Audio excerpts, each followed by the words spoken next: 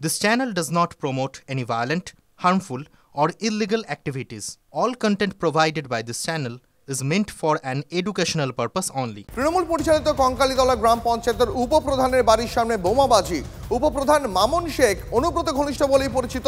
সম্প্রতি তিনি প্রাণ সংশয়ের আশঙ্কা করছিলেন। আরো বিস্তারিত জানাবেন হিমাদ্রি, রয়েছেন বীরভূম থেকে প্রতিনিধি টেলিফোন লাইনে। হিমাদ্রি, একেবারেই অনুব্রত ঘনিষ্ঠ মামুন শেখ, একদা তিনি ছিলেন কাজল ঘনিষ্ঠ। অনুব্রতর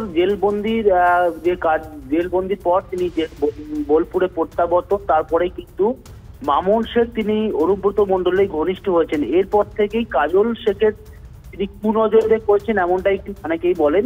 এরপর থেকে নানান তিনি অভিযোগ করেছিলেন শান্তিনিকেতন থানায় তাকে প্রাণ নাশের হুমকি দেওয়া হয়েছিল। এমনকি তিনি যখন পঞ্চায়েতে ঢুকতে যাচ্ছিলেন উপপ্রধান হিসাবে, তখনও তাকে ঘিরে বিক্ষোভ দেখানো হয়েছিল। এরপর তার বাড়ির সামনে বোমাবাজি। স্বাভাবিকভাবে প্রশ্ন উঠে যাচ্ছে অনুব্রত মণ্ডল এবং কাজল শেখের আজকে যে এক মঞ্চে ওঠা, একসাথে প্রদীপ জ্বালানো, তারপরেই অনুব্রত ঘনিষ্ঠ এবং কাজল ঘনিষ্ঠদের মধ্যে যে অনুগামীদের মধ্যে যে বিতর্ক রয়েছে সেটা কিন্তু থেকেই যাচ্ছে। একেবারে অনেক ধন্যবাদ তোমাকে। তবে এই মামুন শেখ যার বাড়ির সামনে বোমাবাজি হয়েছে, তিনি এবং তার মা কি বলছেন শোনাবো। শান্তিনিকেতন থানা পুলিশ এসছেন, তারা তদন্ত করছেন পুরো বিষয়টা। আমি সম্পূর্ণ প্রাণ সংশয় আছি, এই জন্য আমি পুলিশ তদন্ত করুক। এবং আমার তো মনে হচ্ছে ঘর থেকে বেরোনোই যাবে না, প্রচণ্ড নিরাপত্তার অভাব বোধ করছি। আমাদের আতঙ্ক কঠিন আতঙ্ক। এবার আমার ছেলে কি করি, একা কোথায় বেরোবে? পুলিশ তদন্ত করে আমার ছেলে সিকিউরিটি না দিলে আমার ছেলে কি করে থাকবে, আমরাই বা কি করে থাকবো?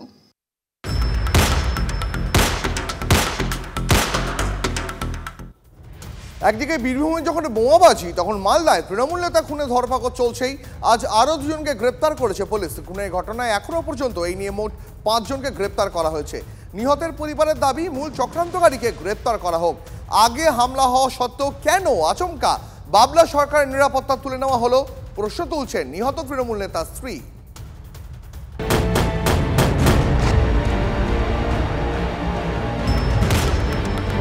নেতা খুনে বড় মাথা। প্রকাশ্যে দিনের বেলায় জনবহুল এলাকায় মালদার তৃণমূল কাউন্সিলরকে গুলি করে খুন। এই ঘটনায় শোরগোল পড়ে যায় রাজ্য রাজনীতিতে। খোদ মুখ্যমন্ত্রী জেলা পুলিশ সুপারের ভূমিকা নিয়ে প্রশ্ন তুলে চূড়ান্ত ক্ষোভ প্রকাশ করেন। খুনের ঘটনায় একের পর এক গ্রেফতার হচ্ছে। বিহারের 2 শর্পশুটার গ্রেফতার। ধৃত সামি আক্তার ও আব্দুল গনি বিহারের কাটিহার জেলার বাসিন্দা। ইংরেজবাজার থানা এলাকার বাসিন্দা টিঙ্কু ঘোষকে গ্রেফতার করেছে পুলিশ। গ্রেফতার ইংরেজবাজার পুরো এলাকার 2 তৃণমূল কর্মী। ধৃত অভিজিৎ ঘোষ 25 নম্বর ওয়ার্ডের বাসিন্দা। ধৃত অমিত রজক 22 নম্বর ওয়ার্ডের বাসিন্দা। এই 2 কর্মী বাবলা সরকারের লোক বলেই পরিচিত। নিহতের স্ত্রীর অভিযোগ, খুনের নেপথ্যে গভীর চক্রান্ত রয়েছে। ষড়যন্ত্রের মাথাকে গ্রেফতারের দাবি পরিবারের। প্রশাসনের কাছে একটাই জিনিস চাইবো, যে আসল দোষী যারা মেরে গেছে তারা তো শুধুমাত্র মোহরা। যারা আসল মাথা, কি তাদের হাতে ঘা লেগেছিল বা তাদের কত ক্ষমতার দরকার ছিল যে এই মানুষটাকে এইভাবে সরিয়ে দিল, এইটা আমার খুব জানা দরকার। প্রশ্নের মুখে নিহত দুলাল সরকারের নিরাপত্তা প্রত্যাহার। 2008 সালে দুলালের ওপর হামলার পর নিরাপত্তা দেওয়া হয়। 2021 সালে দুলালের পুলিশ নিরাপত্তা প্রত্যাহার করা হয়। পর্যাপ্ত পুলিশের অভাব দেখিয়ে নিরাপত্তা প্রত্যাহার করা হয় বলে সূত্রের খবর। দুলালের নিরাপত্তা প্রত্যাহার নিয়ে প্রশ্ন তুলেছেন খোদ মুখ্যমন্ত্রী। সরকার আজকে মার্ডার হয়েছে এবং পুলিশের গাফিলতিতে, অফকোর্স, কারণ সিকিউরিটি আগে ছিল, উইথড্র করা হয়েছিল, আগেও অ্যাটাক হয়েছিল। নিরাপত্তা তুলে নেওয়ার 3 বছরের মাথায় খুন দুলাল সরকার। 13 বছর পর হঠাৎ কেন নিরাপত্তা প্রত্যাহার, প্রশ্ন নিহতর স্ত্রীর। 2008 সালে দুলাল সরকারকে সিকিউরিটি দেওয়া হয়। সেই সিকিউরিটি 2021 সালে তুলে নেওয়া হয়। কেন তুলে নেওয়া হলো সেটাও এখন অস্পষ্ট। দুলাল সরকারের পরিবারের দাবি, এর পরেও বহুবার হুমকির মুখে পড়তে হয়েছে দুলাল সরকারকে, কিন্তু তবুও তাকে সিকিউরিটি দেওয়া হয়নি। আজকের কথা হচ্ছে, সিকিউরিটি হয়তো থাকলে দুলালবাবুর এই পরিণতি হতো না। তুলে নিয়েছিল, এখন কি ভেবে তুলেছিল, কার কথাতে তুলেছিল, কেউ সেটা তুলতে বাধ্য করেছিল নাকি, সেটাও একটা ব্যাপার আছে।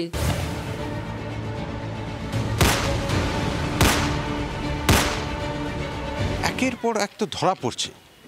এমনকি কৃষ্ণেন্দু নারায়ণ চৌধুরীর মতো নেতাও দাবি করেছেন ইতিমধ্যেই যে 10 লক্ষ টাকা দিয়ে নাকি সুপারি কিলার আনা হয়েছে বিহার থেকে। তাহলে কে টাকা দিয়েছে সেই প্রশ্নের উত্তর এখনও কেন মিলছে না? পুলিশ তদন্ত চালাচ্ছে, কোমর বেঁধে নেমে পড়েছে, একের পর এক ধরাও পড়ছে, কিন্তু মাস্টার মাইন্ড কে, এই ষড়যন্ত্রের মূল মাথা কে, সেটা এখনো পর্যন্ত খুঁজে পায়নি কি পুলিশ, নাকি এখন সেটাকে আড়াল করার কোনো চেষ্টা হচ্ছে কোনো দিক থেকে? এখন এই সব প্রশ্নই সামনে আসছে।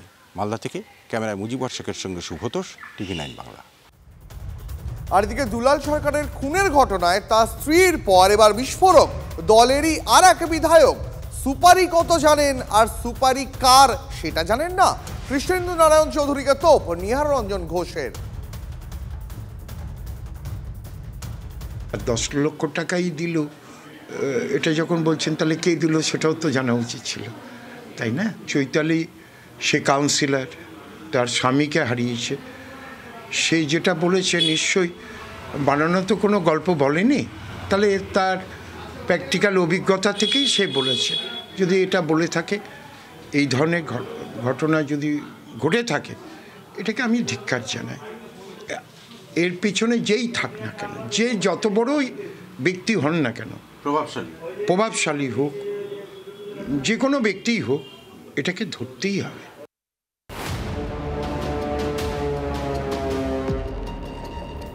নজর রাখবো পরের খবরে। পাসপোর্ট জালিয়াতি কাণ্ডে সর্ষের মধ্যেই ভূত। এবার অশোকনগর থেকে গ্রেফতার কলকাতা পুলিশের প্রাক্তন এসআই, ছিলেন পাসপোর্ট সেকশনেই। ধৃতের 18 জানুয়ারি পর্যন্ত পুলিশি হেফাজতের নির্দেশ আলিপুর আদালতের। তদন্তকারীদের স্ক্যানারে রয়েছেন একজন সার্জেন্ট, হোমগার্ডও।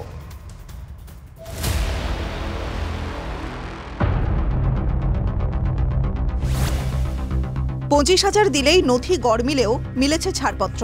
পাসপোর্ট সেকশনে থেকে কার্যত মৌরুষি পাট্টা তৈরি করে ফেলেছিলেন কলকাতা পুলিশের প্রাক্তন এসআই আব্দুল হাই।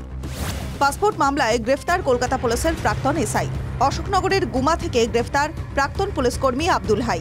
ধৃত পুলিশকর্মী পাসপোর্ট সেকশনে কর্মরত ছিলেন। পুলিশ সূত্রে খবর, পাসপোর্ট জালিয়াতির অন্যতম পাণ্ডা সমরেশ বিশ্বাসের সঙ্গে সরাসরি যোগাযোগ ছিল আব্দুল হাইয়ের। সমরেশের নির্দেশেই ভেরিফিকেশনের সময় নথি যাচাই না করে অনুমোদন দিতেন আব্দুল। সরকারের বহু জায়গায় তারা এই ফাঁদটা পেতে রেখেছিল যে তারা অর্থের প্রলোভন প্লাস তাদের সাথে একটা লিয়াজও করে নিয়েছে। আমি কি অস্বীকার করতে পারি যে এখানে যে ডিস্ট্রিক্ট ইন্টেলিজেন্স ব্রাঞ্চ যেটা, সেটা টোটালি ফেলিউর নয় কি? অশোকনগরের গুমাতে আব্দুল হাইয়ের বাড়িতে পৌঁছে যান আমাদের প্রতিনিধি। স্বাভাবিকভাবেই এই অভিযোগ মানতে নারাজ আব্দুলের পরিবার। ৩৬ বছর চাকরি করেছে, রিটায়ার করে গেছে, নীতির সহিত উনি কাজ করেছেন। এখন হঠাৎ করে কি হয়েছে, আমরা নিজেই দুঃখিত যে কেন এরকম ঘটনাটা এখন ঘটলো। হাউস ওয়াইফ, আমি এত কিছু জানার চেষ্টা করিনি। বলবো সত্যি আমার বাবার মতো মানুষ হয় না, উনি যে এরকম কাজ একদমই না। পাসপোর্ট জালিয়াতির শিকড় কত গভীরে সে নিয়ে সওয়াল বিরোধীদের। শাসক দলের নেতারা বলছেন আইন আইনের পথে চলবে। শিকড় কতটা গভীরে ভাবুন, এক পুলিশ কর্মী সারা জীবন লুটেপুটে খাওয়ার পর অবসর নিয়েছেন, তারপরেও জালিয়াতির চক্র থেকে বেরোতে পারছেন না। বৈধ অনুপ্রবেশকারীদের হাতে পাসপোর্ট তুলে দিচ্ছেন, জাল পাসপোর্ট তৈরি করছেন। সোর্সের মধ্যে ভূত থাকার নামান্তর। একে অপরের বিরুদ্ধে কাদা ছেটাছেটি বন্ধ করে প্রশাসনিক স্তরে ঐক্যবদ্ধভাবে এই সমস্ত অপরাধ যারা ঘটাচ্ছেন তাদের খুঁজে বার করে নির্দিষ্টভাবে তাদের আইনের দরজায় আনা উচিত। এই যে পাসপোর্ট জালিয়াতি বিষয়টা তো নতুন নয়, এটা বাম জমানা থেকে চলছে, আগের থেকে কমেছে, অন্য রাজ্যে চলছে। কিছু দুষ্ট চক্র এই ধরনের কাজ করে, কিছু লোক এতে যুক্ত বলেই তো চক্রগুলো চলতে পারে, এবং তারা যদি যুক্ত হয়ে থাকে বাকি আইন আইনের পথে চলবে। তদন্তকারীদের স্ক্যানারে পাসপোর্ট সেকশনের এক সার্জেন্ট, হোমগার্ড। সূত্রের খবর, গোটা রাজ্যে এখনো পর্যন্ত ভুয়ো নথি দিয়ে 430-এর বেশি পাসপোর্টের আবেদন চিহ্নিত করা হয়েছে। জালিয়াতির ঘটনা প্রকাশ্যে আসতেই পাসপোর্ট দপ্তরের ভিতরে সমীক্ষা শুরু হয়েছে। সেই সমীক্ষায় ধরা পড়েছে এই ভুয়ো নথি। যদিও সেই ভুয়ো আবেদনপত্রের ভিত্তিতে অর্ধেক পাসপোর্ট ইস্যু করা হয়েছে।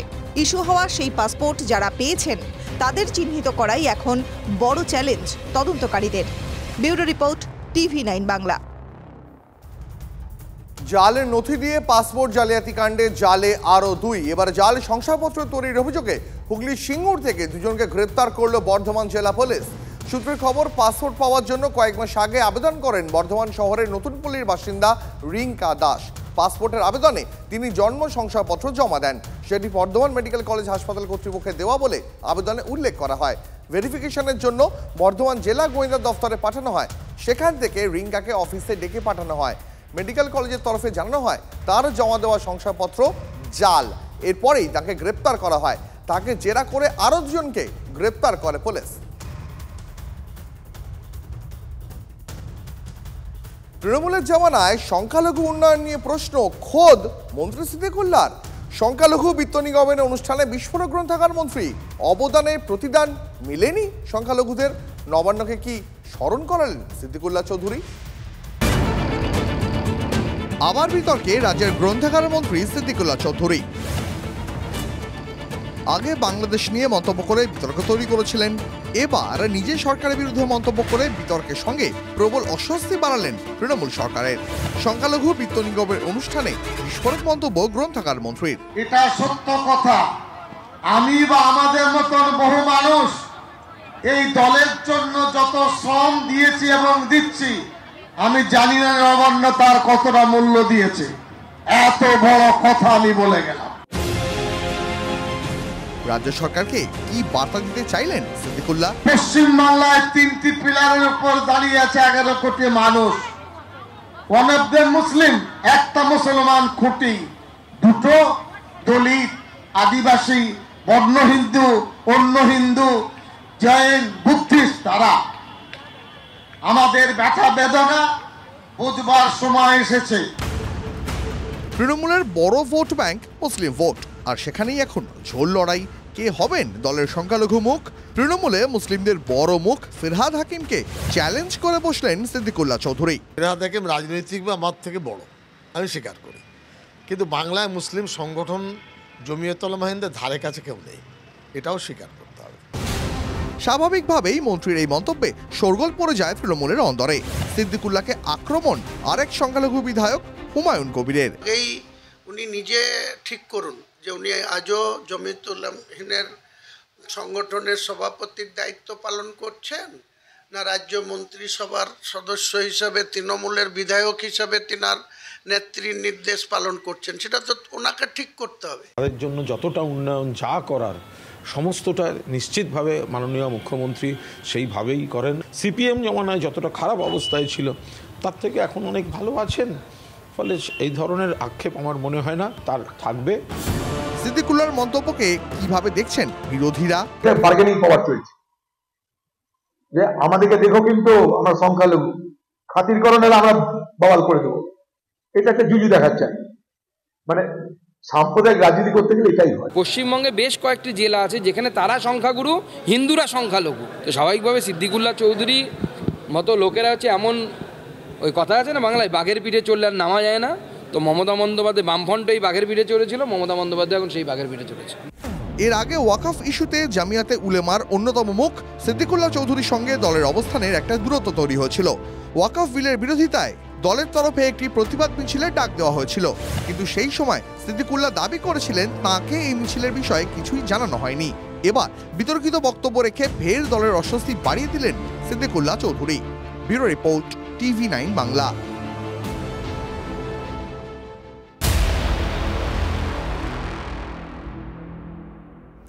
জানেন তো, খাবারের তেল হোক বা গাড়ির পেট্রোল ডিজেল, দিন দিন তেলের দাম যে হারে বাড়ছে তাতে মধ্যবিত্তর কপালে ভাঁজ ক্রমশই চড়া হচ্ছে। রাজপুর সোনারপুরের সরকার পরিবারও তেল নিয়ে তীব্র আতঙ্কে দিন কাটাচ্ছেন। তবে না, দাম নিয়ে নয়, বরং অহেতুক চারপাশে তেলের স্রোত দেখে। হ্যাঁ, ঠিকই শুনলেন, বাড়ির দেওয়াল থেকে তেল গড়িয়ে পড়ছে অনবরত, কিন্তু কোথা থেকে সেই তেল আসছে বুঝতে পারছেন না বাড়ির বাসিন্দারা। এবার দেখুন সেই অদ্ভুত কাণ্ড। তিনতলা বাড়ির একাংশে ছোপ ছোপ কালো দাগ, আঙুল ঠেকালেই তেল জাতীয় তরল বলে মনে হচ্ছে। দেওয়াল গড়িয়ে মেঝেতে পড়ছে সেই তরল, কিন্তু তেল জাতীয় এই তরলের উৎস কি? মাথার চুল ছিঁড়েও উদ্ধার করতে পারছেন না বাড়ির বাসিন্দারা। এদিকে বছর খানেক ধরে বাড়িতে চরমে তেল আতঙ্ক। রাজপুর সোনারপুর পুরসভার 29 নম্বর ওয়ার্ডের বাসিন্দা রতন সরকার 50 বছরের বেশি সময় ধরে এই এলাকায় বসবাস। ধাপে ধাপে তিনতলা বাড়ি তৈরি করেছেন। 2023 সালে বাড়ির বাইরে রং হয়। কালার করানোর সময় আমি তখন চোখে পড়েছে যে কালার করে যখন ওনারা হোয়াইট ওয়াশ প্রথমে করেন, প্রাইমার দেন, দিয়েছেন, সেকেন্ড দিন আমি দেখছি আবার তেল পড়ছে। রং করার পর থেকেই বাড়ির জায়গায় জায়গায় তেলের কালো ছোপ, দেওয়াল থেকে কার্নিশ, সর্বত্র একই ছবি। টপ টপ করে মেঝেতেও সেই তরল পড়ছে, কিন্তু কোথা থেকে আসছে এই তরল? দেখছি পুরো কালি আর তেল হয়ে গেছে। ওই লেফট সাইড থেকে আস্তে আস্তে এই 1.5 বছরে 2 বছরে আস্তে আস্তে জিনিসটা সামনের দিকে আসছে এবং পুরো তেল, কালি তেল আস্তে আস্তে নিচ থেকে ওপর দিকে উঠছে, সানসেটে চলে যাচ্ছে, নিচে তেল ড্রপ ড্রপ পড়ছে। এবার ব্যাপারটা যে কি হচ্ছে কিছুই বুঝতে পারছি না। অদ্ভুতুরে এই ঘটনায় বিস্মিত পুরসভা থেকে নরেন্দ্রপুর থানা। সব জায়গায় জানিয়েছেন সরকার পরিবার। খবর পেয়ে 123 ফরতাবাদ রোডের মজুমদার পাড়ার এই বাড়িতে পৌঁছবে পুরসভার প্রতিনিধি দল। সবটা খতিয়ে দেখে তারা জানিয়েছেন বিষয়টা খুবই স্পর্শকাতর এবং সেই কারণে আমরা ওই যাদবপুরের জিওলজিক্যালের ডিপার্টমেন্টে আমরা পাঠিয়েছি, বড় একটা খবরটা দিয়েছিলাম। তা ওরা বলেছেন আগামী মঙ্গলবার আসবেন সেটা দেখার জন্য। তেল রহস্যে যথেষ্ট উদ্বিগ্ন সরকার পরিবার। সমস্যা আর কি, পরে বেশি কিছু হলে ভেঙে না পড়ে আর কি, বার্ন হচ্ছে, এটা কি থেকে হচ্ছে আমরা বুঝতে পারছি না। আতঙ্কের কি সত্যি কোনো কারণ রয়েছে? বিশেষজ্ঞরা খতিয়ে দেখে কি বলেন সেই অপেক্ষায় সরকার পরিবার। সত্যজিতের রিপোর্ট, TV9 বাংলা। পরে খবরে নজর রাখবো, আলু নিয়ে মুখ্যমন্ত্রীকে ভুল বোঝাচ্ছেন জনপ্রতিনিধিরা। হিমঘরের স্টক ক্লিয়ার না হলে সরকারের বিরুদ্ধে এভাবেই ক্ষোভ উগরে দিলেন আলু ব্যবসায়ীরা। তাদের বক্তব্য, সরকার নির্দিষ্ট নীতি না নিলে আগামী দিনে মুখ থুবড়ে পড়বে আলুর ব্যবসা। বাংলার মানুষকে সস্তায় আলু খাওয়াতে ভিন রাজ্যে আলু রপ্তানিতে কড়াকড়ি করেছিল নবান্ন, কিন্তু তা সত্ত্বেও আলুর দাম বিন্দুমাত্র কমেনি। এর পিছনে রয়েছে অসাধু চক্র। কারা তারা? দুদিন আগে প্রশাসনিক বৈঠকে জায়গা ধরে ধরে উল্লেখ করেছিলেন মুখ্যমন্ত্রী। আপনারা তো আলু ছেড়ে দিলেন প্রদীপ দা, আপনি আর বেচা কেন ছেড়ে দিলেন আমায় না জিজ্ঞেস করে? এখানে মানুষ বেশি দামে কিনবে আর আপনারা ছেড়ে দেবেন ইচ্ছে মতো। আমি জানি মেদিনীপুরের কিছু লোক গর্বে তার এই চক্রটার সাথে যুক্ত আছেন, যাদের সাথে পুলিশের একাংশও যুক্ত আছে। মুখ্যমন্ত্রীর এই বক্তব্য অবশ্য মানতে নারাজ গর্বে তার আলু ব্যবসায়ীরা। তাদের মতে মুখ্যমন্ত্রীকে ভুল বোঝাচ্ছেন নেতা বিধায়করা। যারা এখানে জনপ্রতিনিধি আছেন তারা ক্ষমতা চলে যাওয়ার ভয়ে, পদ চলে যাওয়ার ভয়ে মুখ্যমন্ত্রীর কাছে সঠিক তথ্য তুলে ধরতে পারছেননি। তারা ভীত সন্ত্রস্ত, যাতে আমার ক্ষমতা কুক্ষিগত অবস্থায় থাকে। তারা সেই চিন্তা ভাবনা করে এলাকার মানুষের দুর্দশার কথা মুখ্যমন্ত্রীর কাছে তুলে ধরতে পারছেননি। আপনি 30 কেন বলছেন? কলকাতার লোককে 15 টাকায় খাওয়ান না, আমাদের দেখার দরকার নাই। আমরা চাই কলকাতার লোক আরও কম দামে আলু খাক। আপনি নির্দেশিকা দেন যে চাষির কাছ থেকে আমরা আলুটা কী দামে কিনবো। নতুন আলু ওঠা নিয়েও মুখ্যমন্ত্রীর বক্তব্যের সঙ্গে সহমত নন ব্যবসায়ী সংগঠনের নেতারা। এখন থেকে অনেকে বলবে এক্ষুনি কোল্ড স্টোরেজ খালি করে দিন, নতুন আলু উঠবে। নতুন আলু উঠতে উঠতে ফেব্রুয়ারি মাস হয়ে যায়, আর এখনো শীতটা পড়েনি। বেশি শীত পড়লে আলুটা আসতে দেরি হয়। জানি না ওনার কাছে কি তথ্য আছে, কিন্তু আমরা যেটা মাঠে ময়দানে দেখছি, আমাদের দেখুন, আপনি একটু ক্যামেরা যদি ঘোরান দেখতে পাবেন আমাদের ওখানে নতুন আলু নামানো আছে। স্থানীয় আলু বাঁকাদহ থেকে এসছে, আজকে দাম আছে 750 টাকা প্যাকেট। পশ্চিম মেদিনীপুর এবং বাঁকুড়া জেলায় মূলত জ্যোতি, পোখরাজ এবং K22 প্রজাতির আলু চাষ হয়। K22 এবং পোখরাজ আলুর এ রাজ্যে তেমন বাজার নেই। বেশিরভাগ আলুই রপ্তানি করা হয় ঝাড়খণ্ড, বিহার ও ওড়িশায়। কিন্তু সরকার ভিন রাজ্যে আলু রপ্তানি বন্ধ করায় হিমঘরগুলোতে ডাইং হয়ে পড়ে রয়েছে সেই সব আলু। প্রগতিশীল আলু ব্যবসায়ী সমিতির হিসাবে পশ্চিম মেদিনীপুরের হিমঘরগুলিতে এখন 10 লক্ষ প্যাকেটের মতন আলু মজুদ। বাঁকুড়ায় হিমঘরে জমে 5 লক্ষ বস্তা। রাজ্যে সব মিলিয়ে পরিমাণটা 50 লক্ষ বস্তা। এই 50 লক্ষ আলুর ভবিষ্যৎ কি তা নিয়ে একদিকে যেমন চিন্তিত আলু সংরক্ষণকারীরা, তেমনই তাদের যেটা দাবি যে সরকারের সিদ্ধান্তহীনতা এবং ভিন রাজ্যে আলু রপ্তানির ক্ষেত্রে যে জটিলতা সরকারের তরফে করা হয়েছিল, তার ফলে কিন্তু একটা বিপুল লোকসানের মুখে পড়তে চলেছেন তারা। টোটালটাই মার্কেট ছিল বাইরে, এটা আমাদের স্থানীয় বাজারে বিক্রি হয় না, খুব সামান্য হয়। এই আলুটা এই মুহূর্তে কোনো গ্রাহক নেই, বর্ডার তো বন্ধ আছে। এরপর এটা জলের দামে বিক্রি করতে হবে। ধরুন যেটা ক্যাঁটি আলু, মাঝারি আলু, এগুলো গোখাদ্যের জন্য অনেকে নিয়ে যাচ্ছেন। 31 ডিসেম্বর স্টোরের মেয়াদ শেষ হয়ে গেছে। এরপরে কোল্ড স্টোরেজ মালিকরা তারা ভাড়া বাড়ানোর জন্য চিন্তা ভাবনা করছে। অনেক কোল্ড স্টোরেজ মালিক ইলেকট্রিসিটি বন্ধ করে দেওয়ার জন্য স্টোরের মধ্যে আলু কল হয়ে যাচ্ছে, আলু নরম হয়ে যাচ্ছে। অথচ সরকার আলু কিনতেও চাইছে না, 23 টাকা রেটে মেনেছে, আবার আলুটা বাইরেও যেতে দিচ্ছে না। এটা কিন্তু দ্বিচারিতা। সরকারকে পাল্টা চাপে রাখতে নতুন আলু না কেনার হুঁশিয়ারি দিয়েছে সংগঠনের নেতারা। ফলে আলুর দাম যে আগামী দিনেও বেশ আলু থালুই থাকবে তা হলফ করে বলা যায়। দেবব্রত সরকার ও হীরাক মুখোপাধ্যায়ের রিপোর্ট, TV9 বাংলা। সন্তোষ ট্রফি জয়ীদের রাজকীয় সংবর্ধনা। ফরহাদ হাকিমের নেতৃত্বে চেতলা অগ্রণীতে বর্ণাঢ্য অনুষ্ঠান। রাসবিহারী থেকে ঘোড়ার গাড়িতে করে রবি হাঁসদা চাকমান্ডিদের নিয়ে আসা হয় ক্লাবে। সংবর্ধিত করা হয় বাংলার সন্তোষজয়ী কোচ তথা চেতলা অগ্রণীর ভাইস প্রেসিডেন্ট সঞ্জয় সেনকেও। পুরসভার ফুটবল টিমকে কিভাবে আবার সাজানো যায় তা নিয়ে দেবাশিস কুমারের সঙ্গে কথা বলবেন বলে জানিয়েছেন কলকাতার মেয়র ফিরহাদ হাকিম।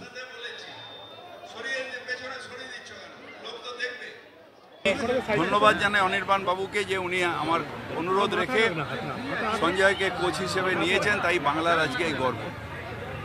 আরেকজনকে ধন্যবাদ জানাই, তার নাম আমাদের মুখ্যমন্ত্রী মমতা বন্দ্যোপাধ্যায়। আমরা কর্পোরেশনে যে টিমটা আগে ছিল অনেকদিন সেই টিমটা রিভাইভ করা হয়নি, আমরা নিশ্চিতভাবে সেটাও চিন্তাভাবনা করব। জন্মশতবর্ষে কবি নীরেন্দ্রনাথ চক্রবর্তীকে শ্রদ্ধার্ঘ্য আলোচনা সভা অনুষ্ঠিত হলো বাংলা একাডেমিতে। কবির জন্মশতবর্ষে তাঁর লেখা কবিতা এবং ভাবনা নিয়ে আলোচনা হয়। আলোচনা সভায় উপস্থিত ছিলেন সাহিত্যিক শীর্ষেন্দু মুখোপাধ্যায়, কবি সুবোধ সরকার, মুখ্যমন্ত্রীর প্রধান উপদেষ্টা আলাপন বন্দ্যোপাধ্যায় সহ বিশিষ্ট জনেরা।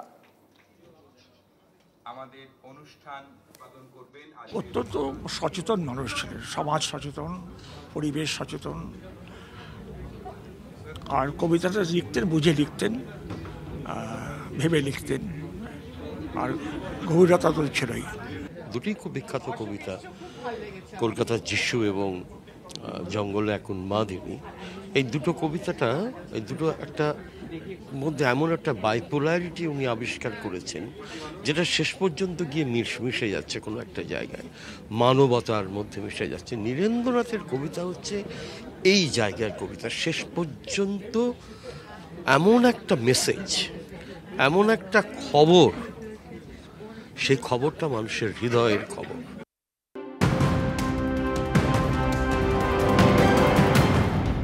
এই মুহূর্তে একটি ব্রেকিং নিউজের নজর রাখবো। শহরে ফের পুলিশের জালে সন্দেহভাজন বাংলাদেশি। এনআরএস হাসপাতালের কাছ থেকে গ্রেফতার বাংলাদেশি মহিলা। তার কাছে বৈধ কাগজপত্র দেখাতে না পারায় গ্রেপ্তার এন্টালি থানার পুলিশের। দিন কয়েক আগে ভারতে আসেন, শিয়ালদার কাছে একটি গেস্ট হাউসে ছিলেন। আরো বিস্তারিত জানবো, সহকর্মী সুপ্রিয় রয়েছেন টেলিফোন লাইনে। সুপ্রিয়, এখনো পর্যন্ত ওই মহিলাকে গ্রেপ্তার আর কি কি কারণ জানা যাচ্ছে? দেখো, ইতিমধ্যেই ইন্টালি থানার পুলিশ ওই সন্দেহভাজন বাংলাদেশি মহিলাকে গ্রেপ্তার করেছে এবং পুলিশ সূত্রে যেটা জানা যাচ্ছে যে বেবি বিশ্বাস নামের ওই বাংলাদেশি মহিলা, তিনি দিন কয়েক আগেই সীমান্ত পেরিয়ে অবৈধভাবে ভারতে প্রবেশ করেছিলেন, কারণ তিনি কোনো রকম বৈধ নথিপত্র পুলিশকে দেখাতে পারেননি। তবে কি কারণে তিনি ভারতে এসছেন, বা তিনি একাই এসছেন নাকি তার সঙ্গে আরো কেউ এসছে, এই সমস্ত বিষয়টা কিন্তু ইতিমধ্যেই খতিয়ে দেখার কাজ শুরু করেছে তদন্তকারী আধিকারিকরা। তাকে জিজ্ঞাসাবাদের প্রক্রিয়া কিন্তু ইতিমধ্যেই ইন্টালি থানার পুলিশ চালিয়ে যাচ্ছে। আগামীকাল তাকে আদালতে পেশ করা হবে এবং ইতিমধ্যেই ফরেনার্স অ্যাক্টে কিন্তু মামলা রুজু করে পুলিশ তাকে গ্রেপ্তার করেছে। অনেক ধন্যবাদ তোমার সুপ্রিয়।